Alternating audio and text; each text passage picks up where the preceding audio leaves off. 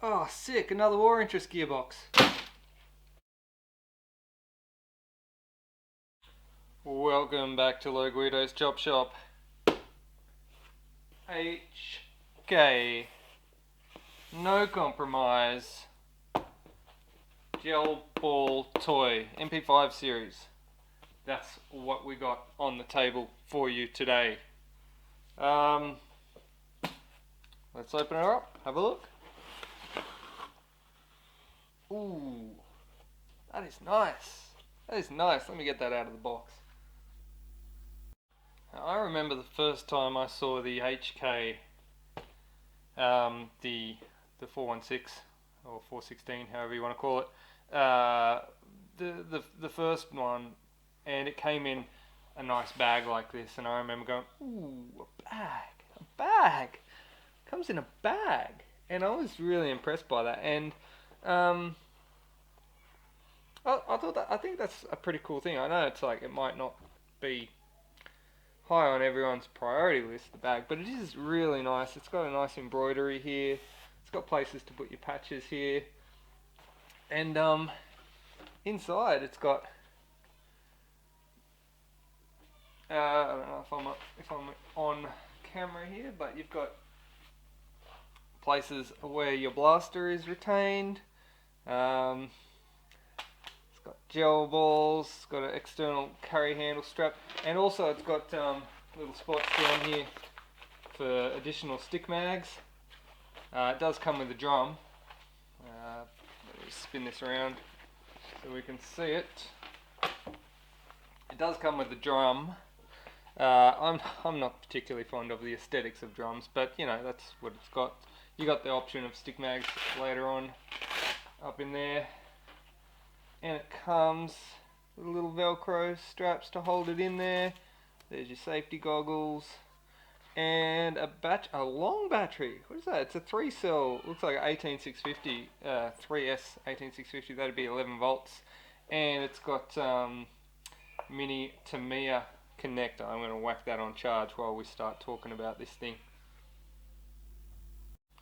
Alright, let's get this thing out of this sweet looking bag and take a look at the actual blaster. Now that's got a nice weight to it. Just as I pick it up there, it just feels nice. Full nylon construction. This top section, the upper here, is nylon, but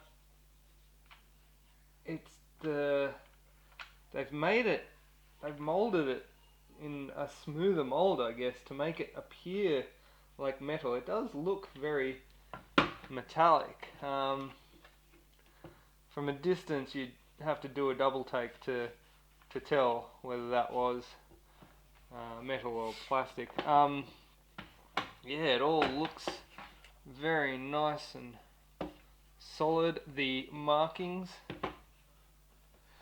on the fire select are coloured in, which is nice. That's interesting. Fire select seems a little bit janky. Is it ambidextrous? Seems like it is ambidextrous. One of the things I have noticed with that semi-full, I can't seem to get it into safety. Oh, there we go. It's quite firm to put into safety. Okay, there we go. So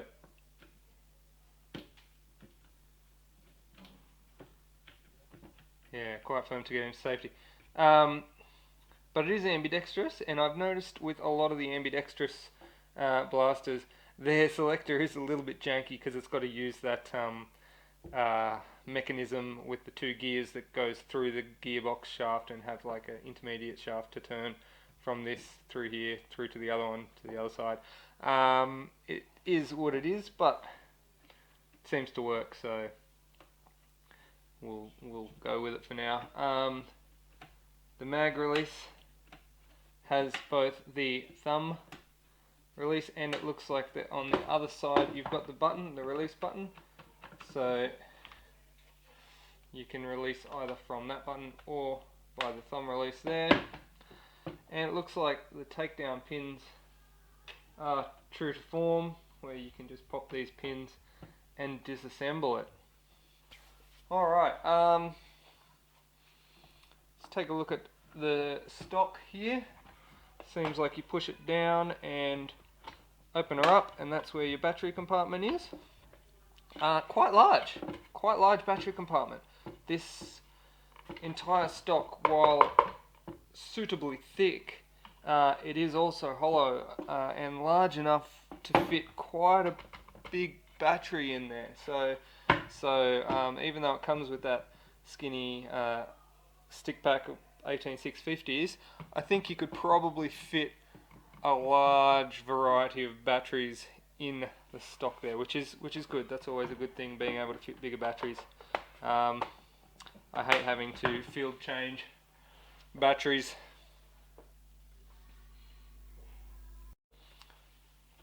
You can see if I pull the charging handle here, it opens up the ejection port, and you can see the front of the War Interest gearbox poking out there.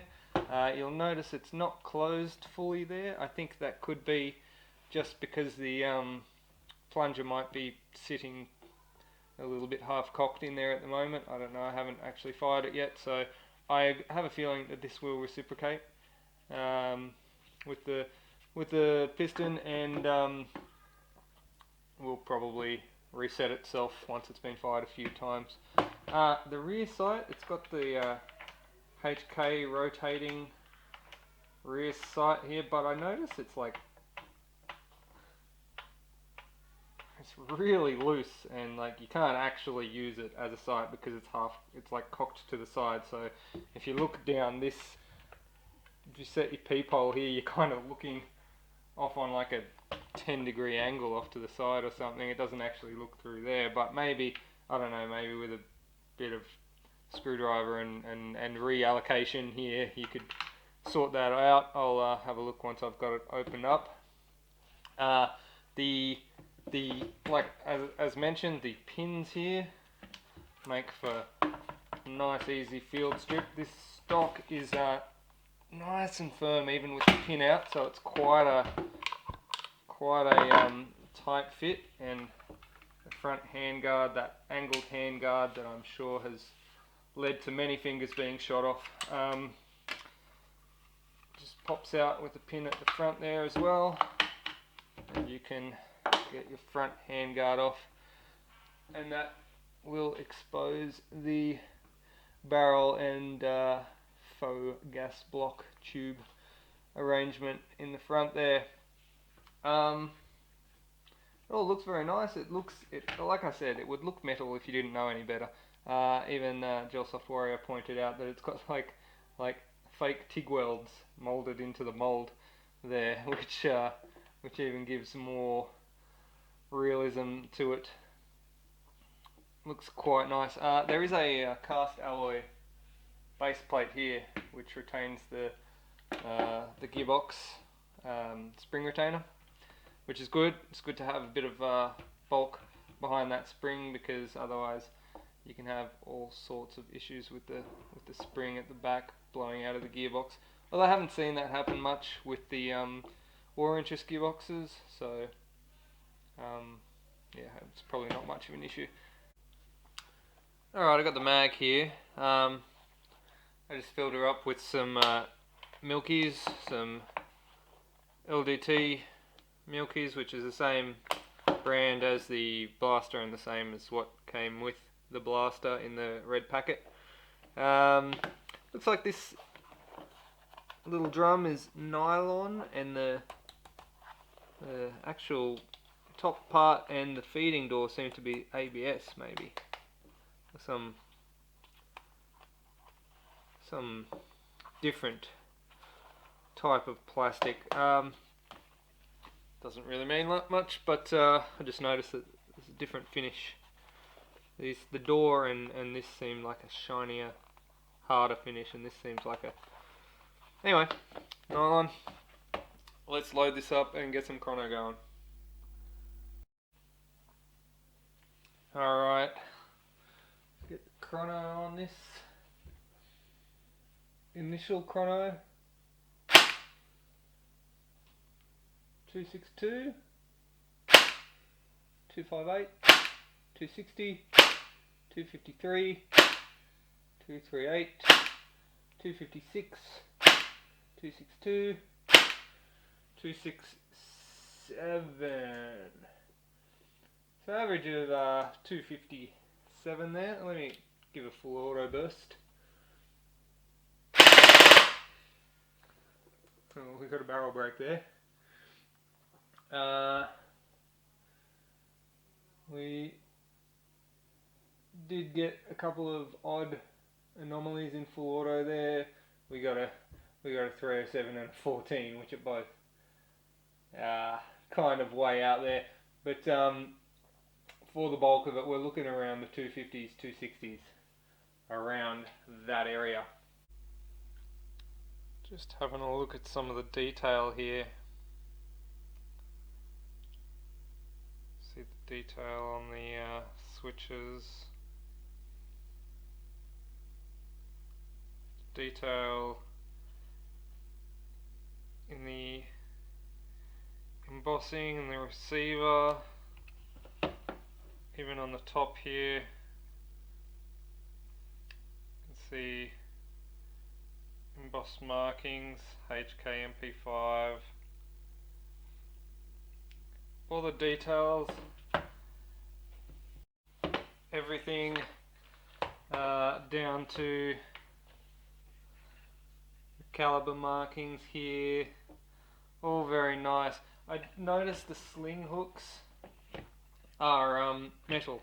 I'm pretty sure this is metal. It looks like a metal piece, and the one at the front here feels metal as well. This muzzle seems like it's metal as well. All the rest of this seems nylon.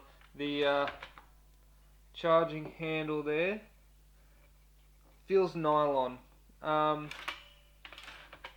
It has got quite a heavy spring in that, so I'd be concerned. I know a lot of people like to HK slap the MP5. I would be concerned that might break if you do slap that too often. The pins, I believe they seem to be made of metal. Yeah, so they're like an aluminium takedown pins. So let's have another look in here. I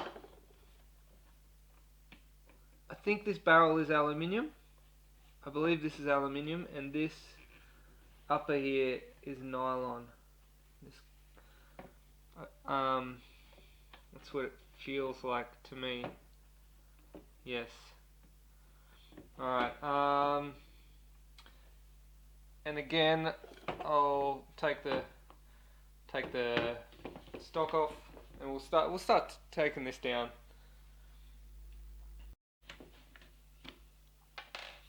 As I mentioned earlier, this stock is a very, very firm fit, which is nice because you don't want stocks wobbling around. And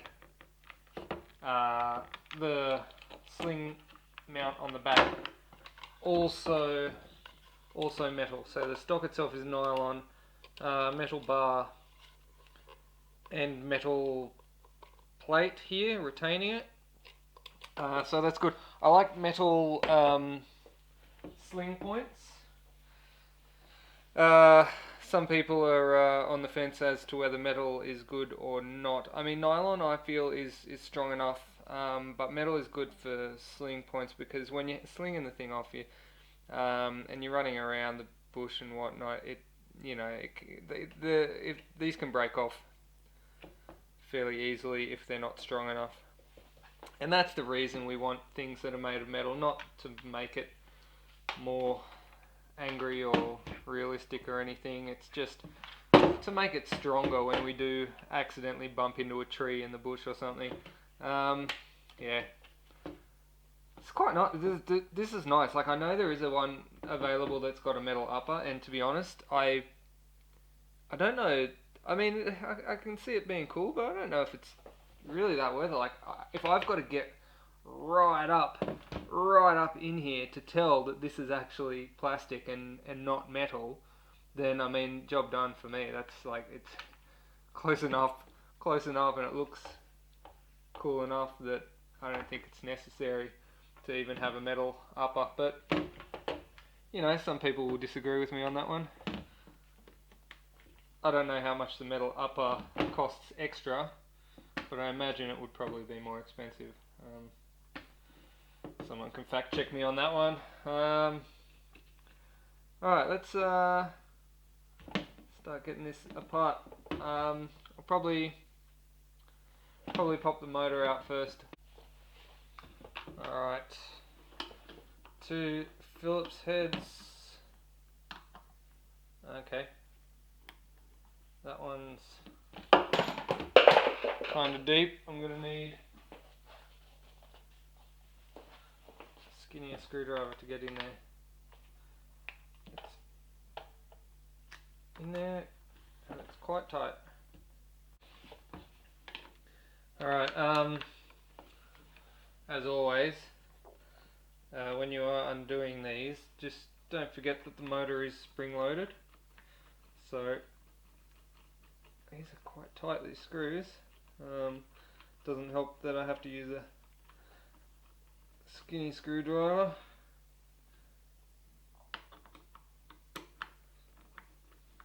But getting it done. Alright, so as I said, hold on to the bottom of the plate here, because this is spring loaded. This will pop out. We don't want it flying out all over the place. That's a metal plate too, by the way, for what it's worth. Alright, so the motor.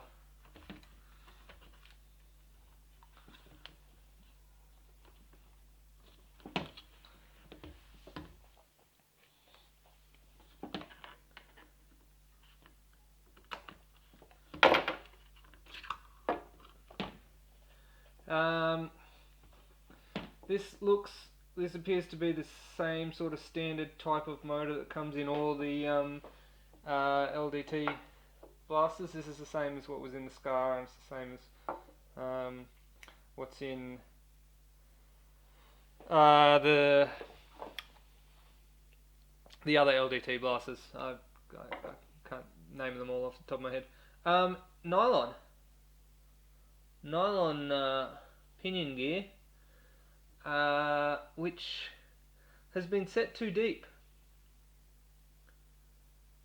Keeping in mind that this has not been messed with since it was bought. This is like, it's, you know, it's still got a little tag on it. It's come out of the box. This is too deep. Hold on. Okay, so you take a look here.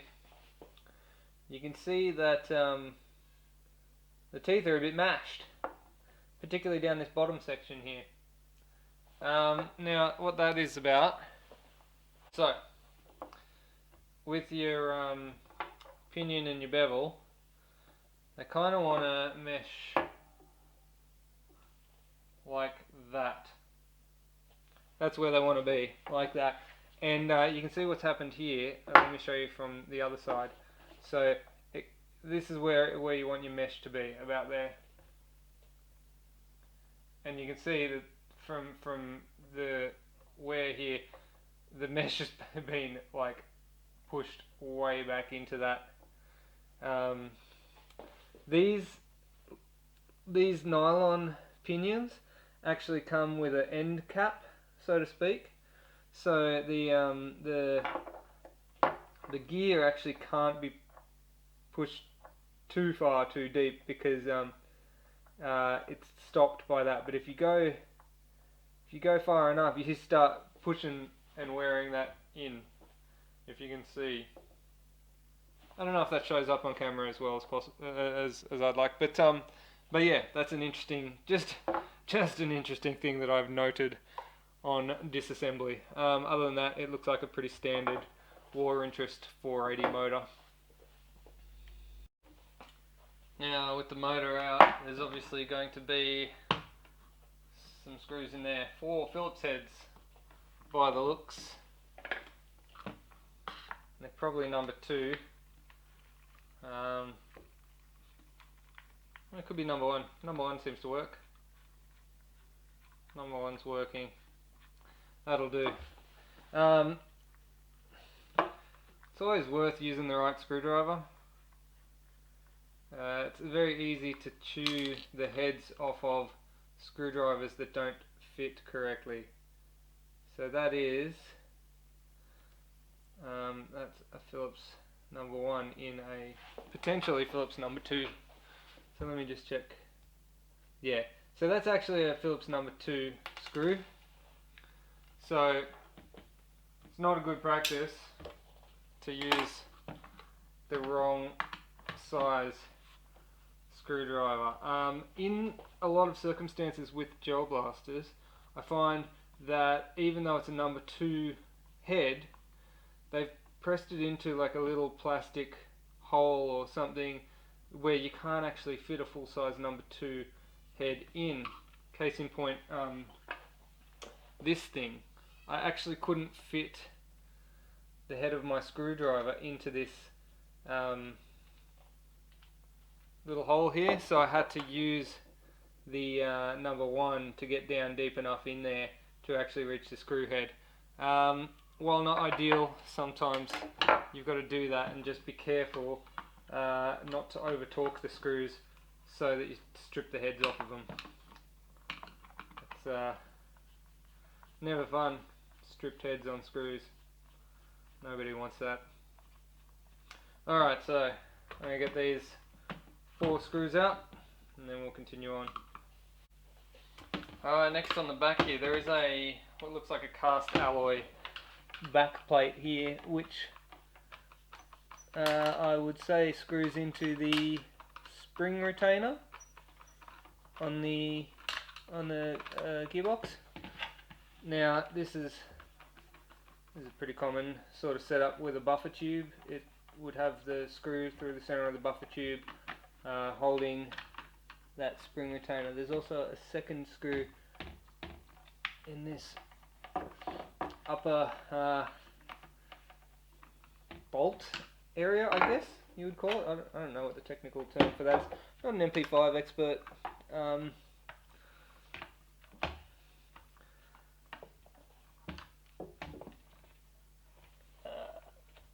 There we go.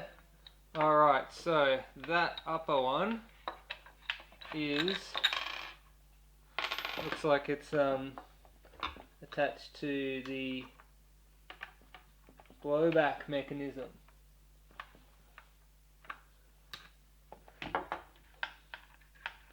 So let me look into that a little bit further.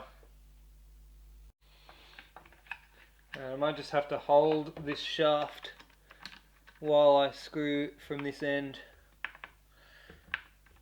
or unscrew I should say.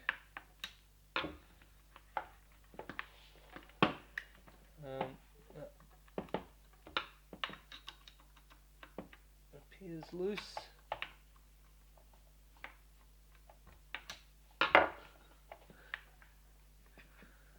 That could be a press fit.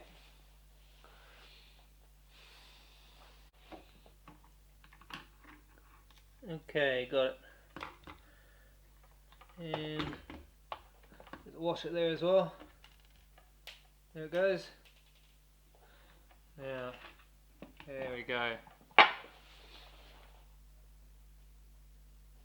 That one's quite difficult to get out because the shaft actually spins. So I'll just remove that spring. Keep that screw and that washer separate. Now I would assume if I was to remove this pin now, that we should probably be able to make some leeway on this lower.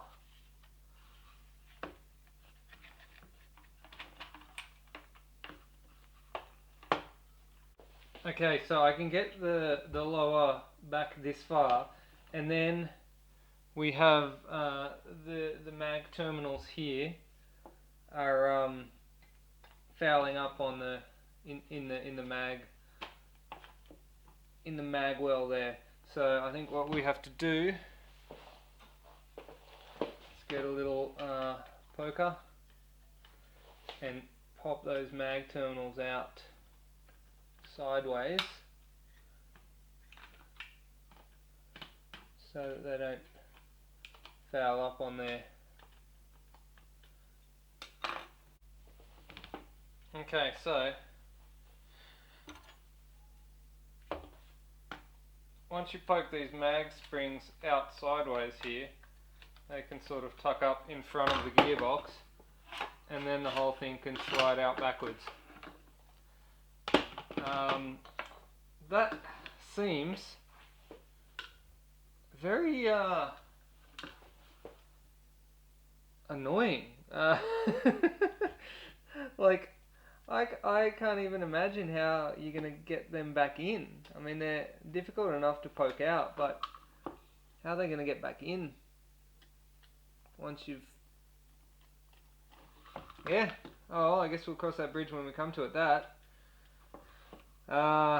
It's an interesting little design concept that they've come up with here on the mag terminal block. So they've got the big holes here for the standard mag plates, but then they've added these additional little ones here where these little springs slide in, and they slide in from the side like that. So sliding them in from the side while it's inserted into the mag well, that's going to be a task and a half. Let's have a look at this upper. This is a nice upper. This looks like a relatively one-piece upper. I mean, this barrel here is a separate piece, but most of this looks like one, like this section here looks like one casting. Maybe up to where this little fake weld is. I think this piece separates here, maybe. But yeah, that's a nice. If that is one mold, one casting, that is really nice. Yeah, very nice. I noticed actually while I'm here, I noticed there's a screw in here on the bottom of this sight. So I'm hoping that I can maybe make some adjustments to that so that rear sight's not so janky. But I'll look into that later. This is your blowback unit. Obviously there's a spring that goes here, and that's solid. It's really solid. It's really solid nylon. This little hook here will actually, it hooks in top of the gearbox there, that slot. It hooks in there in the top, so when the piston goes back, it will actually catch on that and drag it back with it. So that's your blowback action there, and that's why they have that slot in the top. Incidentally, also why the LDX has the slot in the top as well for that. Alright,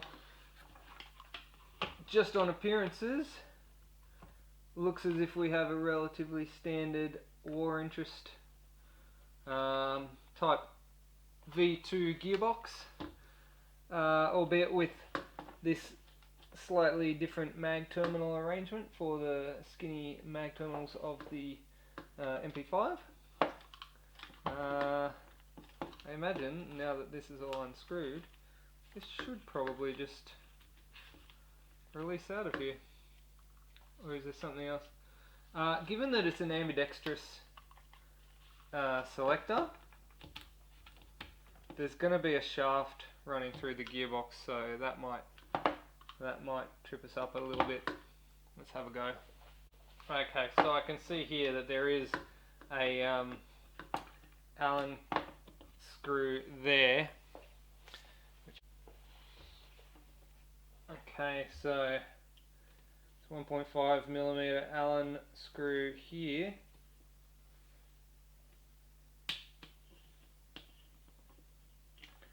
Imagine that there will be a detent and a spring under this as well.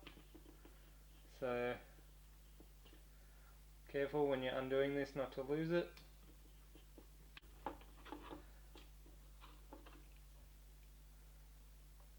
Try not to get my non-transparent fingers in the way. Alright, remove the grub screw entirely. It's still a little bit firm.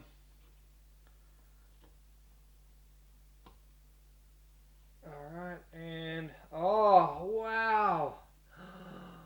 Oh, thank you LDT. Thank you. Look at this. Guys, can you see this? Look. It's a screw retained detent. That is the nicest thing I've ever seen on a selector switch. A screw retained detent that doesn't spring out and fly across the room every time you take it off. That is beautiful. That is wonderful. That just makes my life so much easier when you're taking these off, because you're always losing the detent out of there. That's beautiful. Well done. Well done, LDT. You've made me happy. That's amazing. I like that. Okay. Now, it appears that underneath that there is the shaft which goes through to the other side. Now, hopefully, once I've got that side off, I should be able to get some purchase on this one. Yep, okay. That's coming through. Just with, oh, there we go. A little bit of a wiggle and a jiggle. She comes out, shaft and all. And that is what holds it in. Now, gearbox and wires.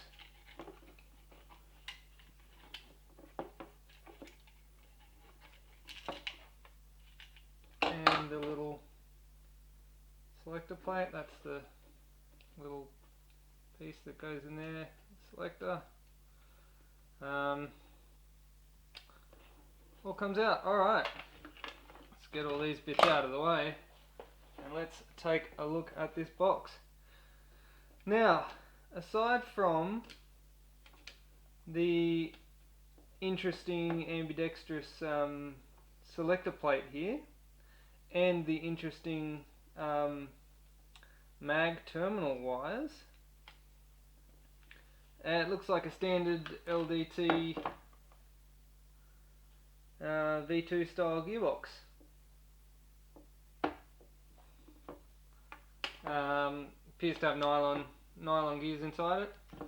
I will pop that open and have a look. Let's just get this spring out first. Alright,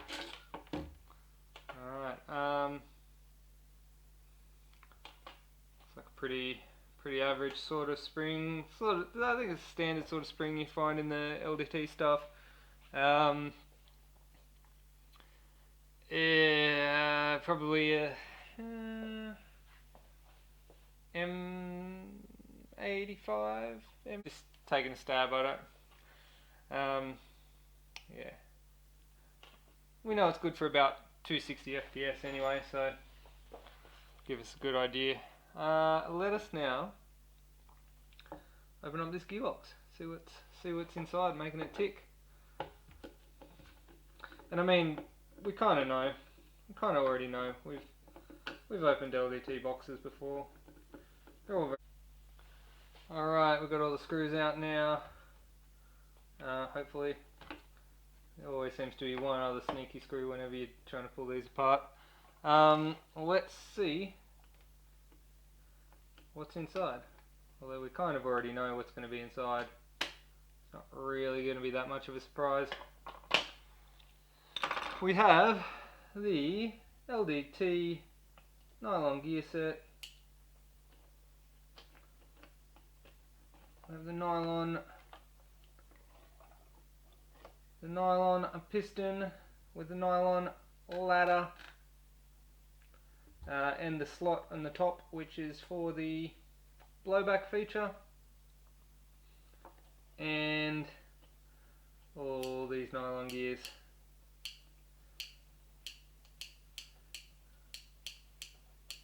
Now I'm just going to test the, we've got the nylon nozzle there as well, and a fairly average air seal.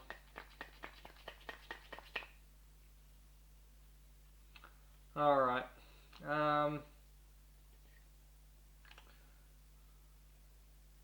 what I am going to do, I'm going to upgrade this. I'm going to whack some metal gears into here. So I'm not going to film the entire process because it's going to take some time to shim them up and all that sort of stuff. So I will probably just cut back once I've done them, and we'll go from there. You can actually see on this bevel, you can see the corners, the outer edge corners do show a little bit of wear from where they were smashing up against that pinion gear. So yeah, that's not that great for factory QC, but let's fix this up a bit. Just jumping back in again here to show you where I'm currently at. I've shimmed up these gears that were provided to me. You can see there's a little bit of wear on this gear. I'm just going to show you this because it's interesting. These were gears that were provided to me to go into this blaster. But see this wear on the spur gear there? This has nothing to do with the actual build of this blaster. It just happens to be this part that was given to me. But see this wear? That wear. See how it's sort of like almost like pentagonal. That is a telltale sign that this gear has been wearing on the ratchet catch for the anti-reverse mechanism of the bevel gear. Now, interestingly enough, there's zero wear on this bevel gear, so this gear has not been in a box with this bevel. This bevel is a different bevel, and there's been some other bevel gear in here on this spur gear, rubbing away on the top surface of it there, and that would have been prevented by putting like a little shim, 0.1, 0.2 mil shim underneath that, just to lift it off that gear so it doesn't rub on that gear when it spins. That's another story. What is also interesting, which I'll show you, is I've had to custom make this piston for the design because it's got the little slot in the top of the piston, which is what actually catches your blowback. So that actually gets caught by the piston and dragged back. The standard one has that slot in there, so I've had to Dremel a slot into there so that it will catch that piece. I've also had to short stroke one of the teeth off the end here because the design of the war interest plunger is shorter at the end here than the SHS plunger that I've got.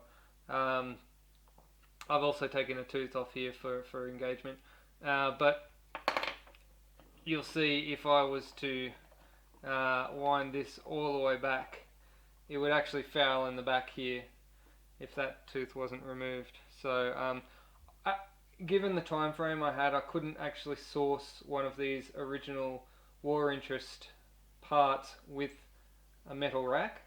I know they exist. I've seen them around, but I didn't have one, and I couldn't source one. If anyone knows where you get them, feel free to shout out in the comments section where they're available, because I couldn't find any in the short time frame that I had, and yeah, so that's what I've gone with. Customize that. Green O-ring in there as well. The air seal is significantly better.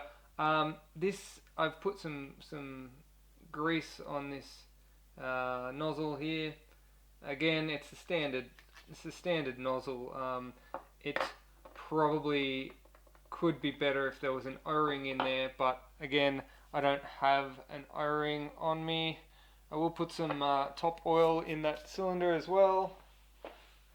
Top oil, that's exactly what it is. It's like I don't know what it is, to be honest. It's the little tube of Chinese oil that you get with blaster maintenance kits.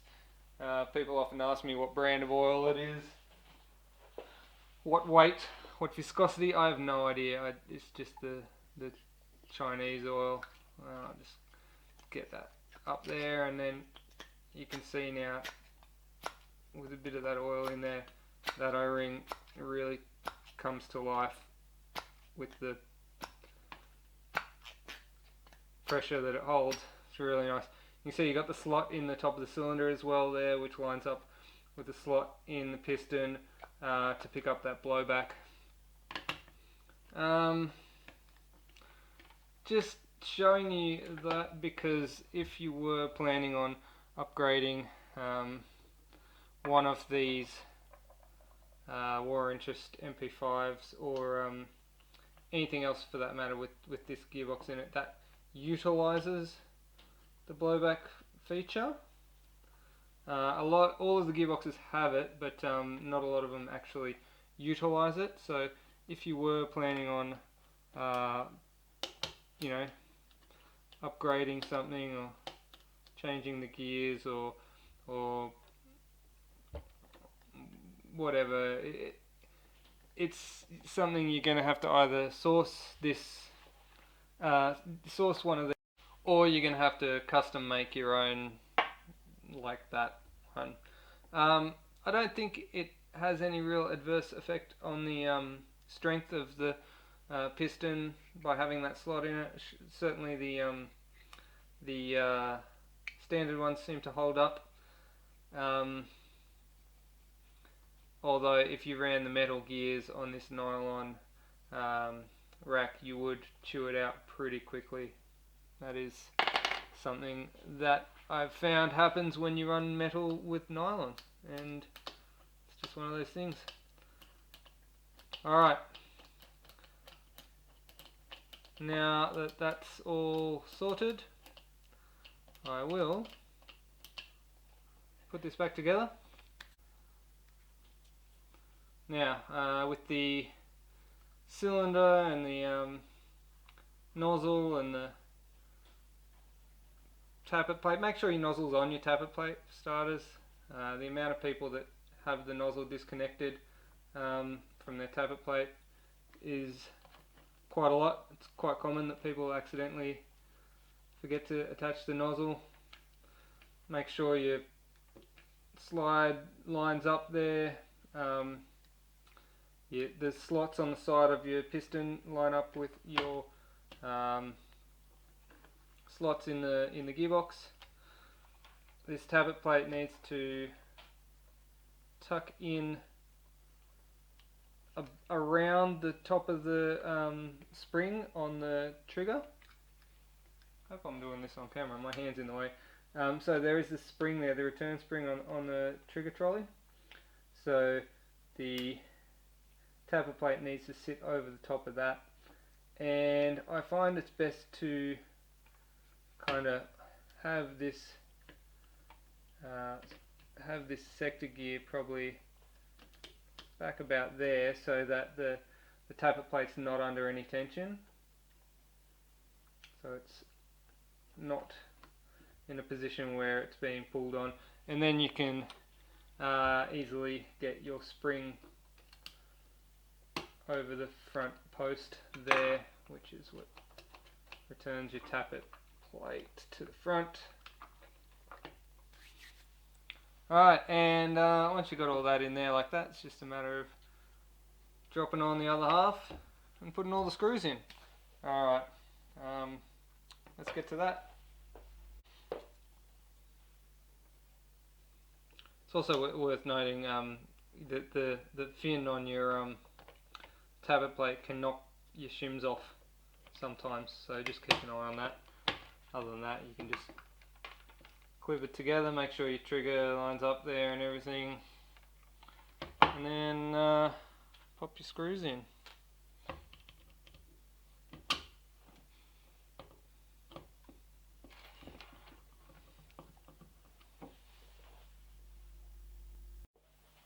Well, we got this all apart here. Let's have a quick look at the upper, because I kind of I mean, aside from the fact that I had a look at how nice it looks, I kind of glossed over one of the important features of the upper, and that is the barrel.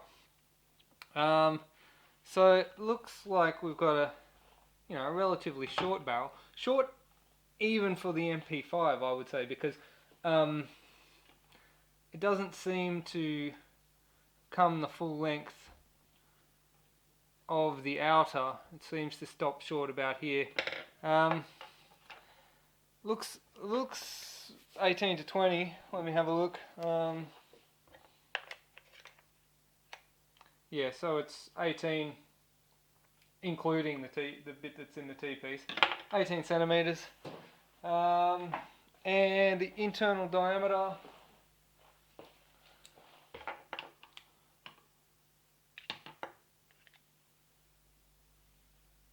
let's see if you can see that, 7.49, 7.5, close enough, we'll call it 7.5. So pretty standard Warranty stuff, LDT. One thing I did notice, this muzzle is aluminium, and this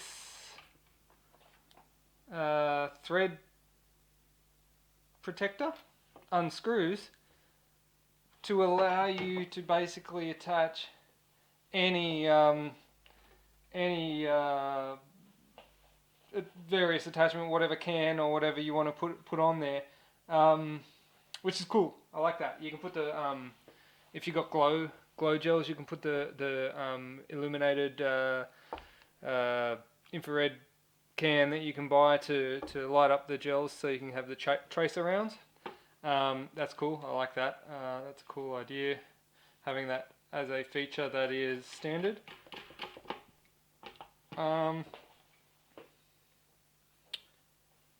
Yeah, I mean, other than that, we're looking pretty regular sort of stuff with the. That's a pretty standard Warranty T-piece. Hey, I might note as well, there's usually a little rubber grommet which they put in the bottom of the T to stop the gels from falling out, which I usually throw in the bin. They don't have it on this one. It just doesn't have one.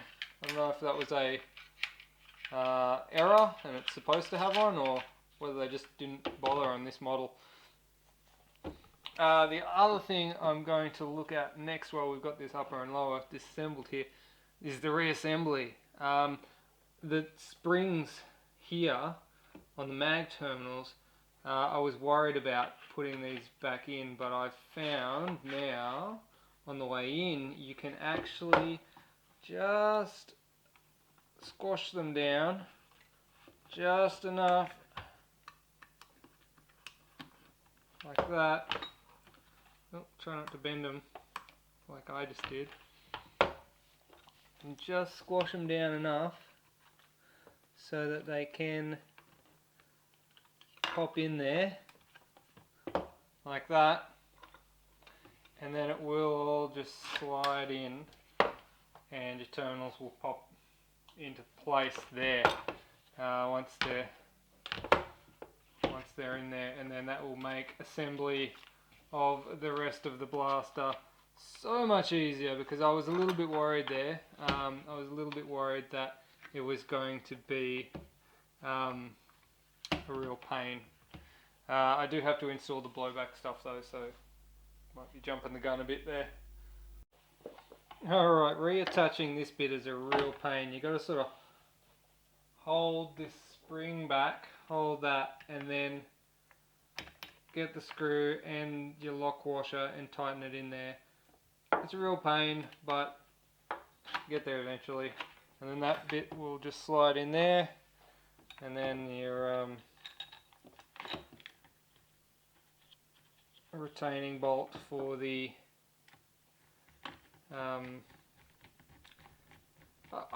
it's always, to me, it's always the buffer tube bolt, but this doesn't have a buffer tube, so I guess it's just a retaining bolt for this rear plate section. And it's a really long screw, so it takes quite a while. Alright, with that done, we can put our pins back in.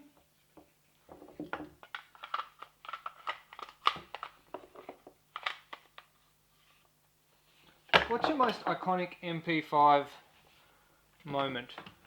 What do you think, for you, the most iconic MP5 moment is? Whenever I see or think of an MP5, I think of the bad guy standing on the briefing room table in Die Hard. That's what I think of.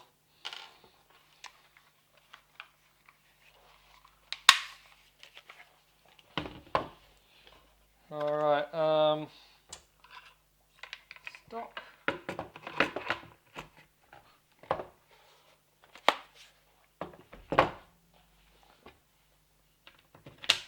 Last retaining pin. Alright.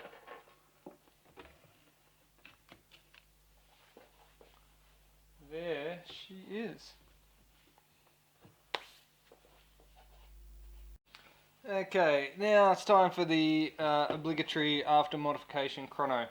Now I've got to caveat this with I did short stroke the piston in order, because I was using a SHS replacement instead of a war interest one.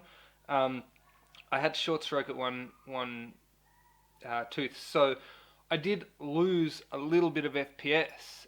So in order to combat that and bring it back up, I put a slightly bigger spring in. Again, I don't know exactly what spring it was, but I used the low Guido scale, and I think the original spring that was in there was like, I think it was like 10.5, maybe 11 centimeters, and I upped it to something that was like maybe a 12 or 13 centimeter.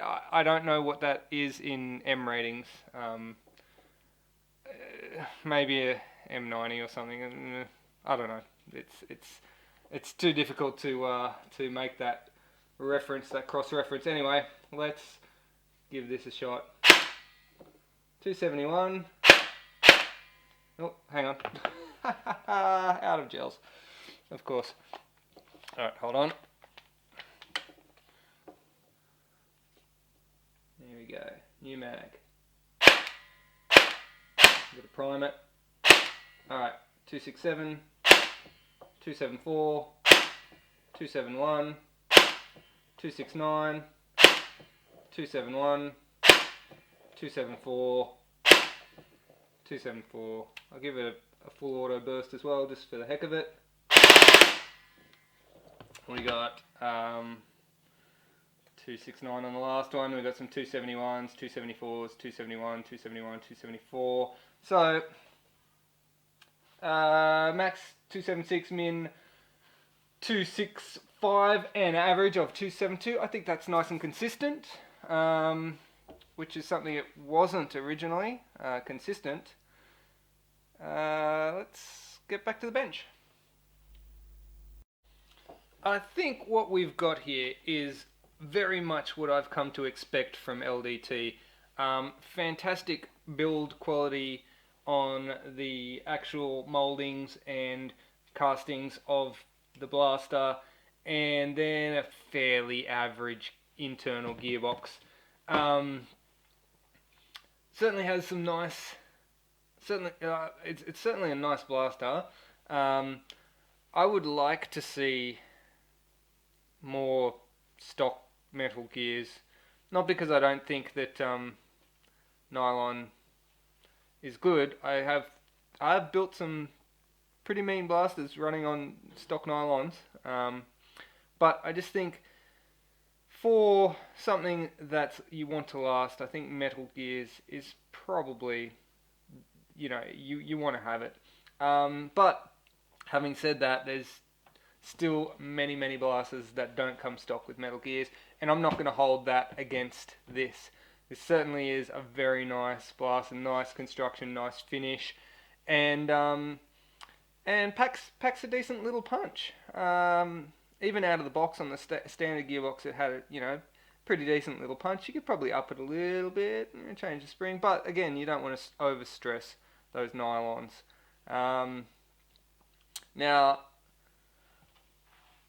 that it's got metal gears in there, it could probably take a little bit more. Could even, there's definitely things that I would do to improve it, but out of the box, it's actually pretty decent. I would definitely own one in my personal collection.